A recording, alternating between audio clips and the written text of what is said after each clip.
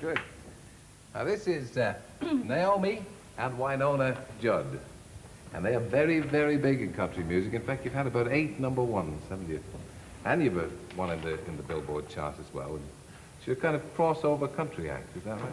It's pretty weird. We saw at the Palladium last night, we had the kids with the blue mohawks and things in their ears and heavy metal. We got them here tonight as well. Shows. I see them.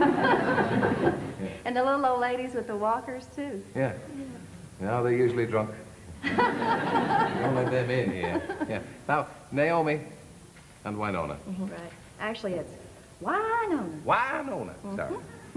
And it's Naomi. When I'm mad at her, it's got about 5 syllables in it. Yeah. And which one of you is the mother? What a politician. I think people get that confused because she's so immature. Probably why. We have so much fun together. It's amazing to travel, how much we've traveled, the fact that country music has taken us all over the world.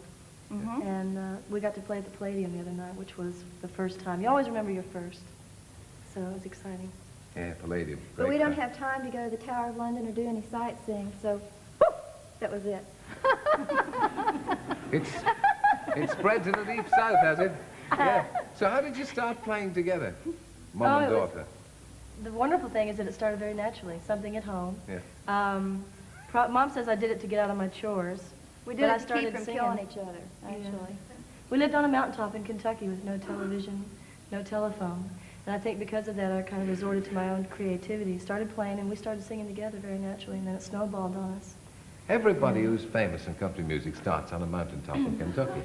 Yeah. Can you imagine living without a telephone or a TV, though? Yeah, but I've seen all this, the story of Loretta Lynn and Tammy Wynette, and all that. They all start in scenes of extraordinary privation. Well, you're forced to. You know, you're forced to play with your sisters and brothers.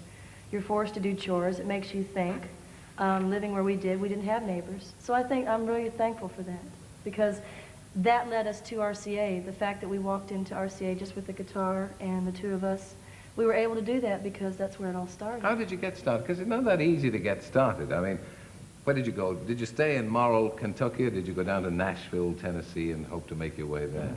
Well, I'm quite an adventurous, and I had been born in a small town in Ashland, Kentucky, the oldest of a big, poor family. Daddy had a filling station. Mama was a cook on a riverboat.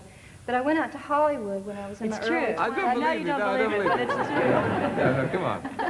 Went out to Why Hollywood. wasn't your father a bank clerk and your mother an insurance? Well, the other side was, so. Yeah.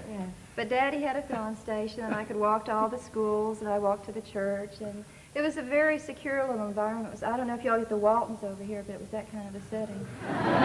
We don't believe the Waltons either, do we? It's true. But we went out to Hollywood. I was in my early 20s. Do you say goodnight to each other at night? Good night, Mama. Good night, Jed boys, to all the guys in our band.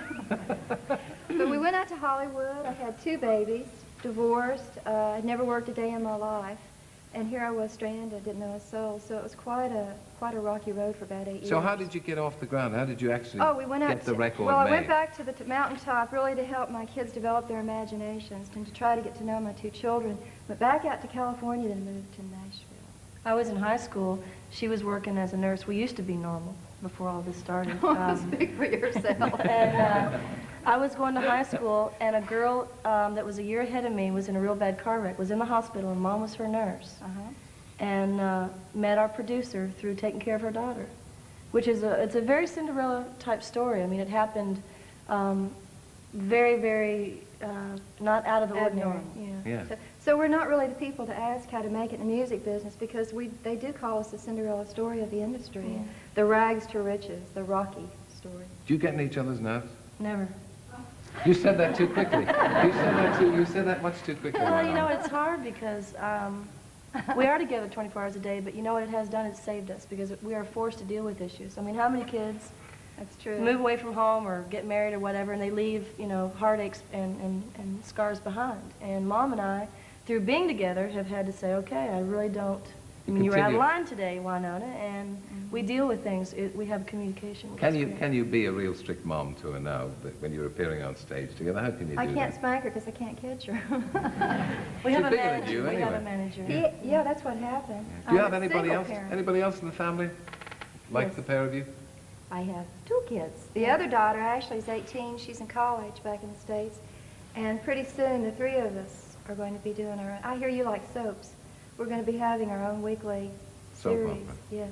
This guy came out on the road with us to see about doing a 1-hour special, HBO, and went back to Hollywood and said, this is more than Those a girls a are a special. soap opera. It's a mini-series, it's a movie. So he put together the whole thing. And actually, we may need a wacky next-door neighbor. You want to come here?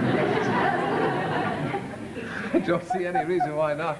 I won't last here much longer. Could you give us a burst of a song before you go, just to give us a taste of the old Appalachians before Well, you leave people us? hear our music now, but we did start on a mountaintop, so this is the first song we ever learned. It's going to be loud because you started on the mountain. Yes. This was written in 1936. Very young.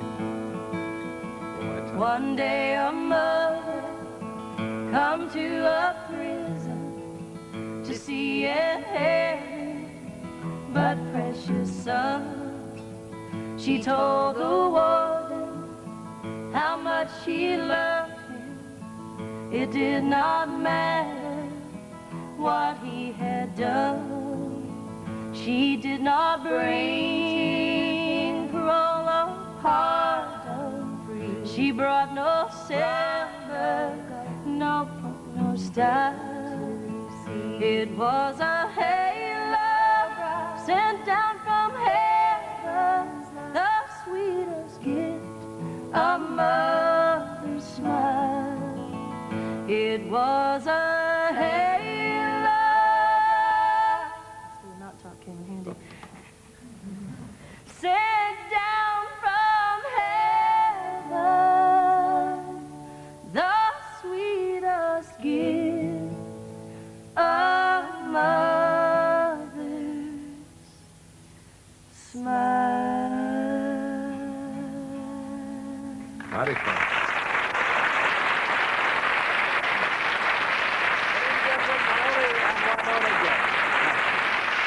Will you come back, y'all? Come back, you hear? Thank you. Thank you. Thank you. The Judds. Well,